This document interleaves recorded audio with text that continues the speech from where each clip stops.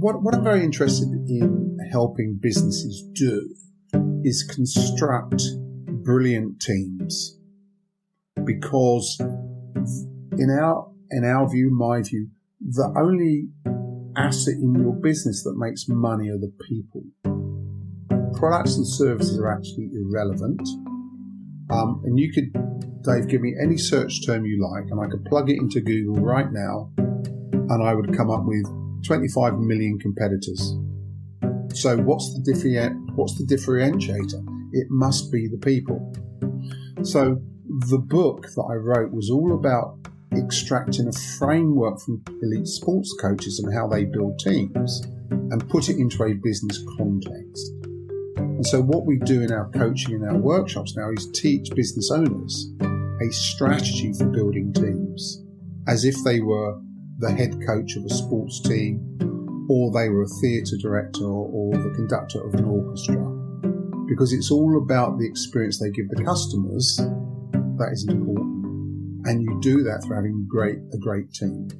Now, we all know there are lots of companies out there that have average products, but their customer service is brilliant. So they get very loyal customers. And we also know companies out there with brilliant products and services that struggle because their customer service is really poor.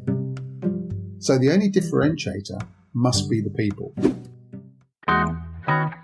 Welcome, everyone, to Living the Next Chapter. I have someone from across the pond joining me today, and it is great. We both have a mutual love for ABBA and for lemons. So this is kind of great. So I'm really looking forward to our conversation today. Stuart is with me today. Welcome, Stuart, to the podcast. How are you, sir? I'm very well, thank you. And thank you for having me as a guest on your program. It's great. It's so great to have you here. We have, again, like I mentioned, a mutual love for ABBA, and you're talking about a show you're going to be going to soon. Can you share a little bit about this amazing show that's coming? Yeah. I mean, we're going to see a show called ABBA Voyage. And the beauty of it is that the performance is done by holograms. And I'm fascinated to see the technology. Mm-hmm. Clearly, because all the music is recorded, it's going to be perfect. Everybody in the audience is going to know the songs by osmosis. We can all dress up in our 1970s glittery ABBA gear and just have a great night out. And the technology will be great to see the original four members on the stage. It'd be great to see how they move, whether you get a sense that it's technology or they're really there. But, it could be the way of the future. It sounds amazing. I really would love to capture that. That would be a great night. That sounds great. The other thing we mentioned just as we opened was our mutual love of lemons. Yes. And people are like, why would you love lemons? I don't understand the reference there, Dave. But we talked earlier in a little pre-chat that you're going to be going to a show, and it's all about, the topic is lemons, but something very unique about this play that actually sparked me to come back from that and do some thought around the concept of the play. And you inspired me by the conversation. So thank you for that. Oh, wow. Can you share a little bit about the play? Yeah. So we all love lemons, especially in our gin and tonics, obviously. It's always a great accompaniment, but the premise behind the play is quite fascinating. You get a total of 140 words a day to speak each. So based on that, you have to choose your words very wisely.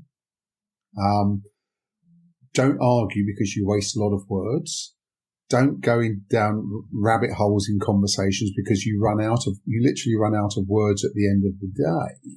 And I thought it was a fascinating concept because you really then have to be very precise about your communication skills. And I guess it's taken from the Twitter 140 characters. And at the end of the day, if you've got some words left over, you're not allowed to gift them to anybody else. You kind of lose them. Hence, I think the reason why at the end of the day, if I've got 5 words left over, I'm going to use them. And the word that came out of the writer's mouth as lemons. So it's lemons, lemons, lemons, lemons to use up my allocation for the day. I love it. And that'd be fascinating to see as well as a new construct. Imagine that, like, how more purpose-driven would our conversations be? I was using in the thought of around a podcast, and if your podcast only had so many words that you could say, could you do it? Right. And then I love the idea of having these extra words and not know what to do with them. You know, how would you talk with your partner? How would you talk with your children? How would you be online, talking with people online with your words? Think of where our words go, and that's great. I said to my partner that would work well for me because she would use all of her words up before she got out of bed in the morning. Warning, warning, we've gotten into danger zones with Stuart. This is great. No, I love it, Stuart. That's great. I love it. So it sounds like a great play. I am living vicariously through you. I would love to see this. Send you the update once we've seen it. Okay. Thank you for that. And thank you for sharing. That's the beauty of reaching out and talking to people around the world is you get to learn something new every day. I already feel like I've learned many things from you, Stuart, so thank you for this. You are an author, and yet you are also very active in the business world. And I really appreciate your wisdom and knowledge and what you bring to your writings. Can you kind of give us a sense of what you're doing there in the UK and a little background to you and your journey? Yeah, I mean, writing is difficult. I think it's fair to say we've kind of got out of the habit of writing. We're all very much keyboard driven and shorthand driven. So writing long form is actually quite hard to do. I'm certainly guilty of it. And, you know, if I have to write something out with a pen, I actually find it quite difficult now because I don't do a lot of it. But when I was originally thinking about writing my first book, it was quite a daunting task. And I think it's for most first-time authors, really, because you've got so much knowledge wrapped up in your head about what you want to say and how you want to say it.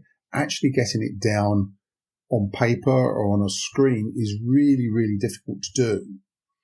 And certainly for myself, I tended to believe that everything I wrote was perfect, absolutely perfect, because you kind of feel that way about it. And it wasn't until I sent it off to the editor, and it came back as a sea of red, that I realized that perhaps my thought processes were not as simple to understand as I had imagined them to be. Wow. And it is an emotional journey, but it's well worth it at the end of the day. I mean, I believe we all have a book in us in some shape or form, but it's actually marshalling those thoughts into a coherent fashion. And that is something that I found I couldn't do. I could write chapters, but I couldn't put them in any specific order. I couldn't edit them properly because I'm too close to it. And I think you have to step away from it to get the best value. And if you find yourself a great editor, they will improve and enhance your thoughts immeasurably. And you end up with something that's far better. I ended up with something far better than I could ever have imagined through that process. So in a similar way that we talk about the lemon play as a way to rethink how we do our day to day, even though there is no real limit to the words we have, but it makes us think about the words we use in everyday life just by watching and participating in that play. Writing a book has implications for your daily life outside of writing. What have you learned about yourself then, being edited, having those words come back to you and having you to fix them? What have you learned about yourself from writing world that you apply to your day-to-day now?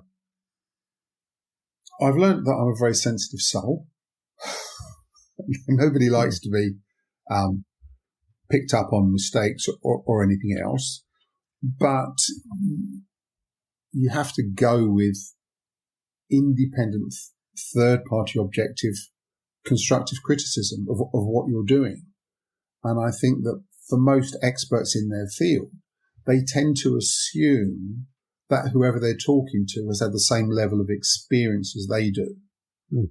And what we tend to do is talk at a much higher level than most people can comprehend. It's not their ability to comprehend, it's just they haven't been on the journey. And being dragged back to square one, rather than expecting everyone to be on square 57, is where you need to be. Mm-hmm. Because you have gone from square one to square 57. Nobody else has. Go back to square one, and that's what a good editor will make you do. And I was having discussions with them saying, why are you asking me that? And they would say, well, we don't understand how you arrived at this point. Mm-hmm. So can you please take us on the journey? And it's a question of going, actually, you're right. Mm. Let's go back to basics and let's move forward from there. And now when I try and use the book and what I know in coaching or consulting or workshops, it's always great to start from the beginning. That way you take people along that journey.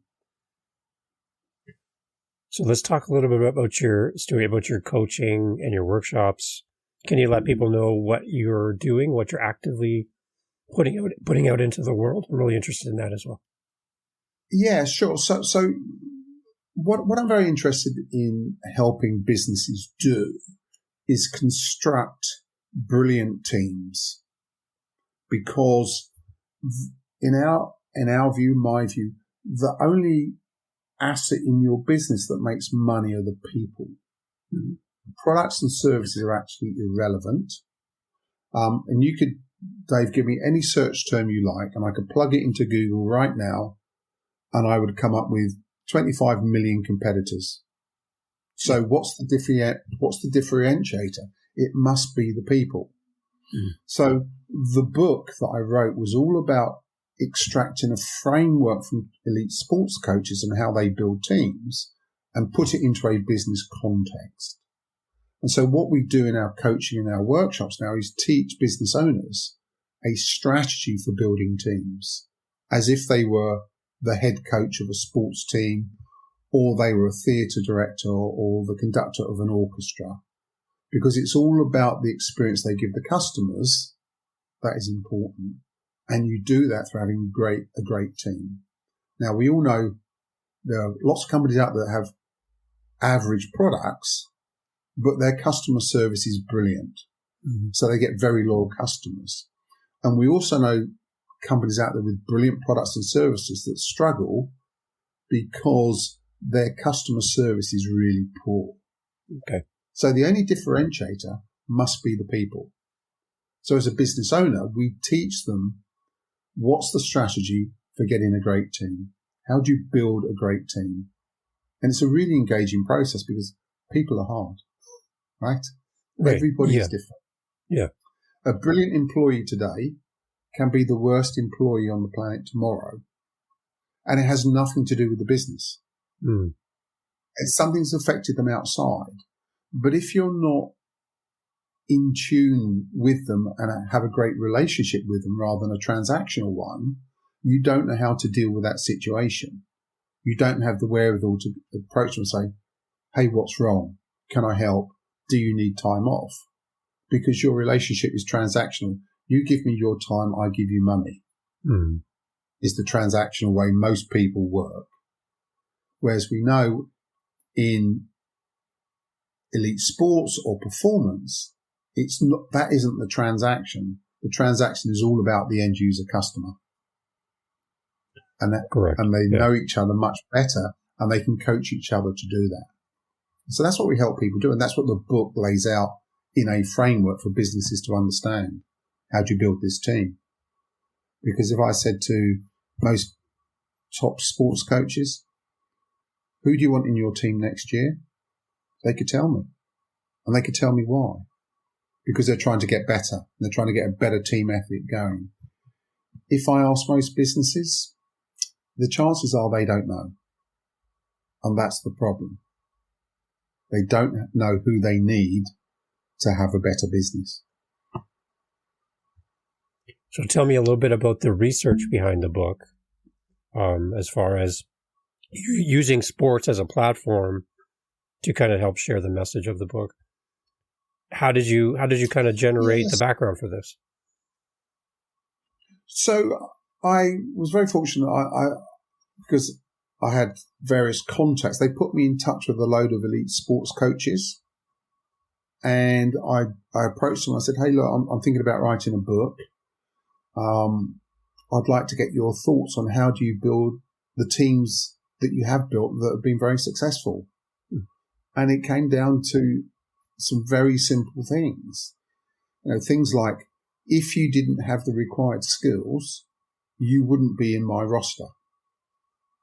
So from a business perspective, if you don't have the right skills, we wouldn't employ you. So let's have that as a given. We don't have to worry about that. So my job is really to make you a better contributor. And it's not through checking your resume. It's about the relationship that I have with you and you have with the team. And it's that relationship that came out time and time again. Now, clearly everyone likes to be developed and have training and everything. That's fantastic because that's what you want to do for people anyway. But it's this underlying trust that if you weren't good enough, you wouldn't be here is the important one. And I think a lot of employees always feel a bit exposed that they're not good enough to be in the company of everybody else. So they try and cover up. And I think we need to get away from that and say, if you weren't good enough, you wouldn't be here. Now let's move forward. How do we make this thing work? So when a new team member comes in, everybody's on the same page. Because we know whether it's in soccer or the NFL draft, when the number one draft comes into the team, everyone rubs their hands together. And they say, brilliant, we're glad you've turned up. Mm-hmm. And that's what we try and teach businesses need to be looking at, not suspicion and, oh, they're better than me. I'm not going to be allowed to stay in this job anymore. So we deal with all of that. So what about the whole notion and thought around the fact that you don't hire perfect employees, or every new employee that comes into the business is not perfect, but from a sports perspective, we want them to be coachable, right? You're still going to go out on the field and do practice. You're still going to run. You're still going to do all the sprints. You're going to practice kicking. Even if you're a professional and you the highest rated in your field, doesn't mean that you don't do all the sports, all the work behind the scenes before game day. Right. So we're looking for coachable employees that are going to come into our business, fit into the team, be an active member of the team, but also be coachable. So can you talk a little bit about that coachable side? Yeah, absolutely. I mean, clearly there is a requirement to have a certain level of technical proficiency in any job. Okay. And we coach and teach our clients that the most important thing once you get past this base level is attitude. You can have the most highly qualified person on the planet and they will have a lousy attitude. Yeah. And they will never ever fit into your business. You could have someone who's averagely proficient at what they do, but has a great attitude, and they will want to get better and will want to contribute. And those are the coachable people that you're looking for, because they will always be banging on your door saying, hey, I need to do this, I need to do that. How can you help me? I found this training course, and if I do this training course, I can do this for the business. I can contribute all of this. Those are the people that you want, because they are the ones who are going to fit the culture of what you're trying to build. You won't be battling with them, and everybody will benefit from it. What I love, too, is we talked about your book, and when you wrote the book, you released it in 2 different versions as well, which I found to be an interesting way to do this. So can you explain that as well? I thought that was unique. Yes. So, being based in the UK, and for the vast majority of my life, UK, Europe, Asia, the first book I wrote was based on soccer, as you guys would call it. Mm. And it was very dear to my heart. It's a game I played forever. It's a game I follow avidly now. So the whole terminology and what it was all about came very naturally. But as we started to get drawn across your side of the pond, Mm-hmm. a lot of the people that we were engaging with didn't understand soccer in as much depth. But as soon as we started to couch it in American football and NFL terms, they got it a lot quicker. Okay. So we had to go back and have a complete rewrite of the book, introducing it from an American football NFL scenario, so that our friends and clients on your side of the pond could take in the information a lot easier. And we actually managed to add 1 or 2 new chapters to the book, which was great because our thinking had progressed there. And there's a great new chapter, just in the American football version of the book around coaching teams, where we take the coaching roster for the Patriots under Belichick, and you've got the defensive line coordinator and the defensive coach and the offensive coaches. There's a complete list of coaches. And next to it, we created a list of corporate positions, and we get people to fill in and map across who fits where. Because the chances are most businesses don't have any coaches, right? You could say, the head defensive coach could be the CFO because they're looking after the money.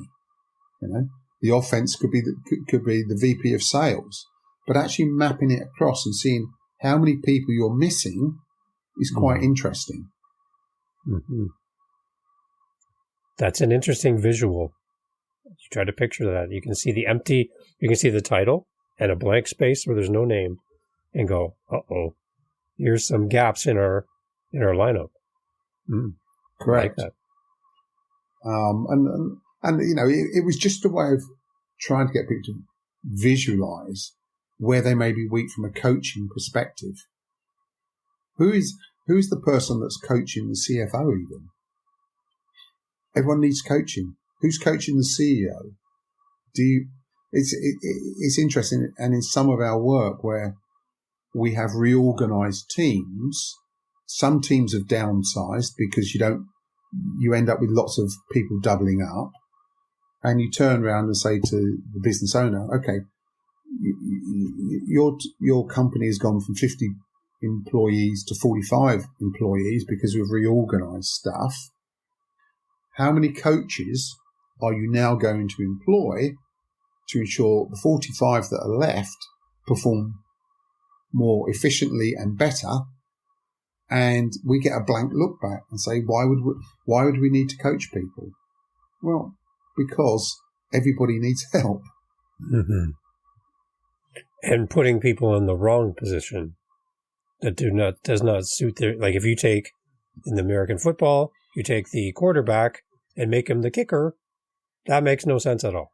Because he throws, he doesn't kick. Correct. And vice versa, right? So you might be putting somebody in the wrong position where they would excel if they were put in the right position. So knowing your team, right? You need to know your team. Correct. And asking them to draw a team formation for a project or a business is really interesting. That's where you see where they've all doubled up. Mm-hmm. Because you may have 4 quarterbacks on your team and no tight end. You go, hang on a minute, you wouldn't go on the field like that. You just wouldn't do it. No. And it becomes very obvious when you start to map it out in these fashion. Yeah. And unfortunately, in my business background, I've seen some people who have been promoted past their capabilities. And they put into positions of leadership, and they have no people skill. But they've been here forever. So, Stuart, we got to promote them. We got to push them up the ladder. But sometimes that's not a good choice, right? But sometimes they don't want to do it. And it shows. And I think that there's a lot of stuff out there at the moment around a term called imposter syndrome. Yes. I'm not sure if you've come across that. Oh, yeah.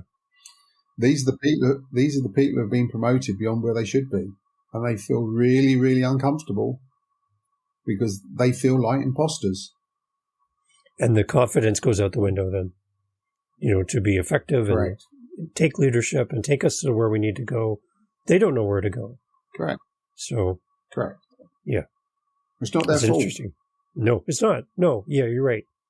Or they bring in people from outside the company to make the company better. And those people, for sometimes those people are the companies they came from. They're happy they're leaving. So, and you bring them in and you think it's going to make a difference, but people are people no matter what the outside name on the building says. The people in there, they're still the same people no matter what. So. It is a global problem. Every company on the planet has a people problem. And I think we discussed before, I had an interesting conversation with a company based in Asia. And their opening gambit was, we don't have a people problem. I went, wow, that's fantastic. You got 40,000 employees and you don't have a people problem. I know companies of 2 and they have a people problem. What's your secret? And the secret was they buried their head in the sand because they had an attrition rate of 30% annually. They replaced 12,000 people every year, but they don't have a people problem. Wow. I'm like, wow, you're crazy. How much money is that costing you? Yeah. Just in training and everything, right? That's amazing. So take us, Stuart, to your workshops and stuff. You come into a company, they bring you in. Why is the company reaching out to you? And when you come into the building to help, what are some of the key tools that you offer to a company? I know it varies, but in general terms, what do you bring to a company through your workshops? So essentially, a company will reach out to us because they're struggling to grow. Okay. And the reason they're struggling to grow is because they don't have the right people.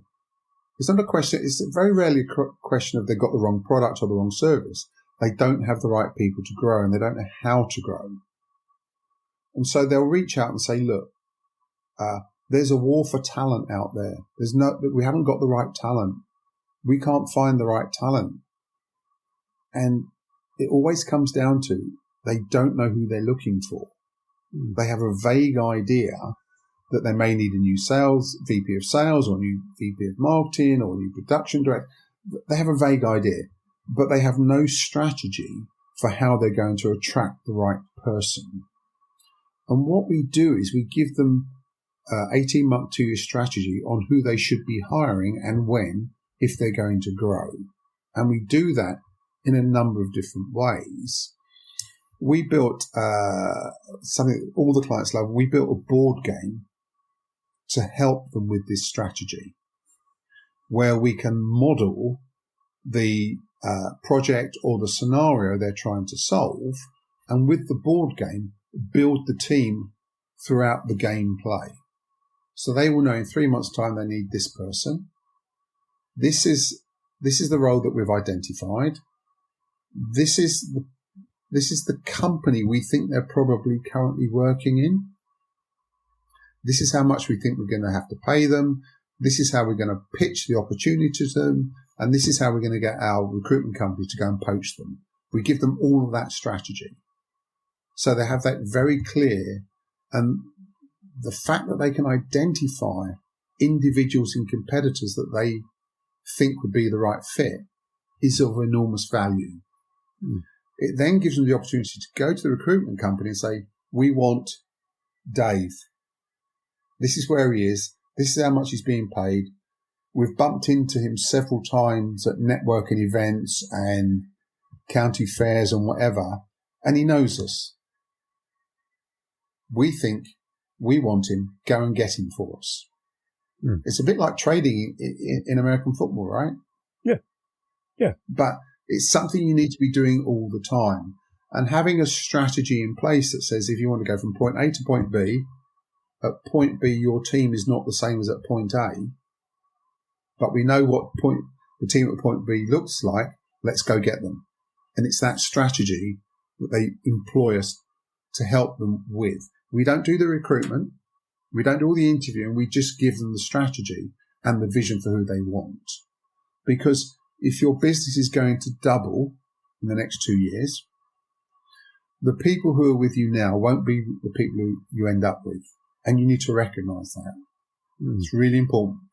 Because some people say, I love to work in a mom and pop shop. I like to work in companies of 20 people where I know everybody. I know who they are. I went to school with some of them. I know their husbands. All our kids go together. And that's fantastic. But when you grow, your business changes. And when it becomes a semi-corporate, these people don't like it. And that's fine because they like to work in a mom and pop shop. They will leave. And you need to know who they are and say, right, I think in 6 months' time, this person will leave because we're going to be at this stage and be ready for it. You don't want to be in the situation where Andy comes and knocks on the door on Friday and says, hey, boss, I'm off. Mm-hmm. It's not the same company anymore. I don't know the people. You have to be ready for that and have a replacement ready to step in. Because when Andy walks on Friday, you have a 3 to 6 month problem filling that role. Exactly. So we kind of build all those in. I love the idea that you're walking in with a board game. Like that's got to be unique just as a typical business meeting where we have our snacks or coffee and tea and set out. And then here comes Stuart with a board game. What's going on? Like, what is this? Is that kind of the response? It is. It's very interesting. When I go and meet companies for the first time, exactly, the coffees and the pastries are all on the table and they say, where would you like to plug your laptop in? And I say, why would I want to do that? Oh, we thought you were going to give us a presentation. No, we're going to have a conversation. I'm not going to bore you with PowerPoint. We're going to have a conversation. And naturally it turns to one of the things we use is a board game. Would you like to play it? At that point, all the coffee and all the pastries disappear and we play the game for 10 minutes. I love it. And it's just a great way to introduce it. This is how it works. And as part of the process, whoever the decision maker is, one of the things that we do is we take them to a game or to a play or to a concert before we sign contracts. I want to see them get involved in their passion because naturally, if you take them to a game, they'll be sitting there watching the game and immediately they become the head coach of their team. That player's wrong. Why is he doing this? Why is he doing that? I would have played someone else. I would have done something. Great. Wow. That's fantastic. In that project, how does that play out? And then you have a really interesting conversation. And it's just a way of getting to know people a lot easily and deeper that helps us with the ongoing relationships. Because once you've built that personal relationship, the clients, I can call them up any time and say, hey, did you see the game on Sunday? And what do you think about that play? And that's the end of the conversation. I'm not trying to sell them anything, but we have a mutual enthusiasm for something that we can have a conversation like any other person, but it reinforces the message. Taking them out of the boardroom into real life and exposing them and letting them see, that's a great way to get the message to stick. I think that's unique. I think what we do is unique. There's a lot of coaches and companies out there that say they do team building, but they also do executive coaching and leadership coaching and sales training and product training and everything else. We only do this, which makes us very unique. If somebody says, look, I need some executive coaching, I've got associates in other companies that will do it. I don't do that. we do what we do. And because of that, we are very unique in that way. And the way in which we engage with customers through taking them to games, through the board games, through a whole bunch of things is unique. So for anyone that purchases the book, Stuart, what is your hope for them as they go through the pages? When they put the book down, they're done. Is there a goal? Is there a finish line for you that you wish they would cross? Yeah, I think that the way in which the book is designed is in bite-sized chunks. I'm sure you've had a look at the way it was all put together. There's a front and a back, and there's some questions about what you should have learned in each chapter. What we hope at the end of the book is for people to go, actually, I need to spend time thinking very hard about my team formation. I need to think about who's going to come with me on the journey and who's not, and what's my strategy to get to the end goal. Mm-hmm. If we achieve that and they make it center of their attention, that's what I'm after, because it's only about the people. Good. Yeah. I love it. So, Stuart, you've been so gracious with your time. How do we connect with you? I'm anticipating people in business are thinking, I think we need to talk to Stuart. I think we need to see this board game in person. I would love to interact with you. Where are you most active, Stuart, that people can connect with you? And how do they do that? I'm quite active on LinkedIn. They can look me out on LinkedIn, just with my name as it's shown on the screen there. Yeah. I will pop up. They can come to our website, which is onlydo.online, and I'm contactable through there. Or if they just want to reach out via email, it's Stuart, as on the screen, at onlydo.online. Beautiful. So, Stuart, this is the time I like to ask one question I do ask sometimes, and I would love your view on this. I would love to hear your message to businesses today on what you're seeing and how we can adapt and grow our business. Based on our conversation already, how would you like to end this off? What kind of words of wisdom can we give to a business leader today listening to this, looking for answers? What would you say to them? The one thing that we always come back to is the only thing that makes money in your business are your people. Mm. If you're not concentrating on the well-being of your people and the quality of your people, your business will struggle. Perfectly said. I love it. Thank you so much, Stuart, for your time today. It's great to have you here. Thanks. And in a song title from ABBA, Take a Chance on Me. Hey, let's take a chance on our employees, right? Let's take a chance on them. Yep. And even though it's SOS, the winner does take it all, right? And we all can be the dancing queens of our business by getting in touch with Stuart, getting the book, and let's turn those lemons into lemonade. I love this. It's great having you on here, Stuart. Thank you. Perfect, Dave. Thanks very much for having me on. Excellent.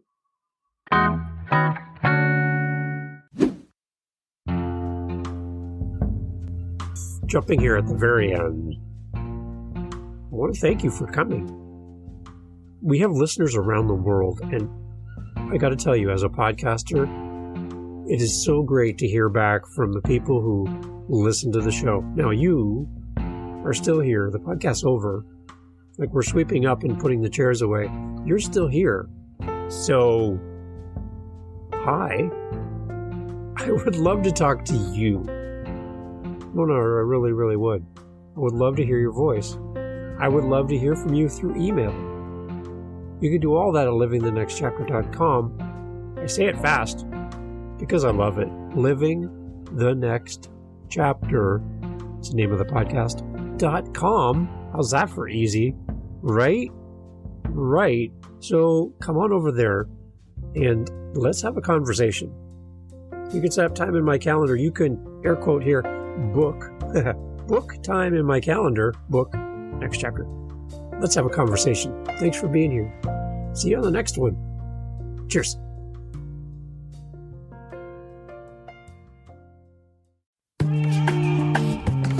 Mindshift Power Podcast, the podcast for teenagers and those who work with them. There's a huge problem in America today. There's a very large disconnect between teenagers and the adults who work with them. I'm looking to bridge that gap with real, raw, honest conversation, not held back by the chains of political correctness. You cannot solve a problem you do not understand. Want to understand teenagers today? Listen to this podcast. This podcast is for teens in the U.S. and Canada. To learn more, go to fatimabay.com/podcast or just look for Mindshift Power Podcast on any listening platform. I look forward to you being a faithful listener.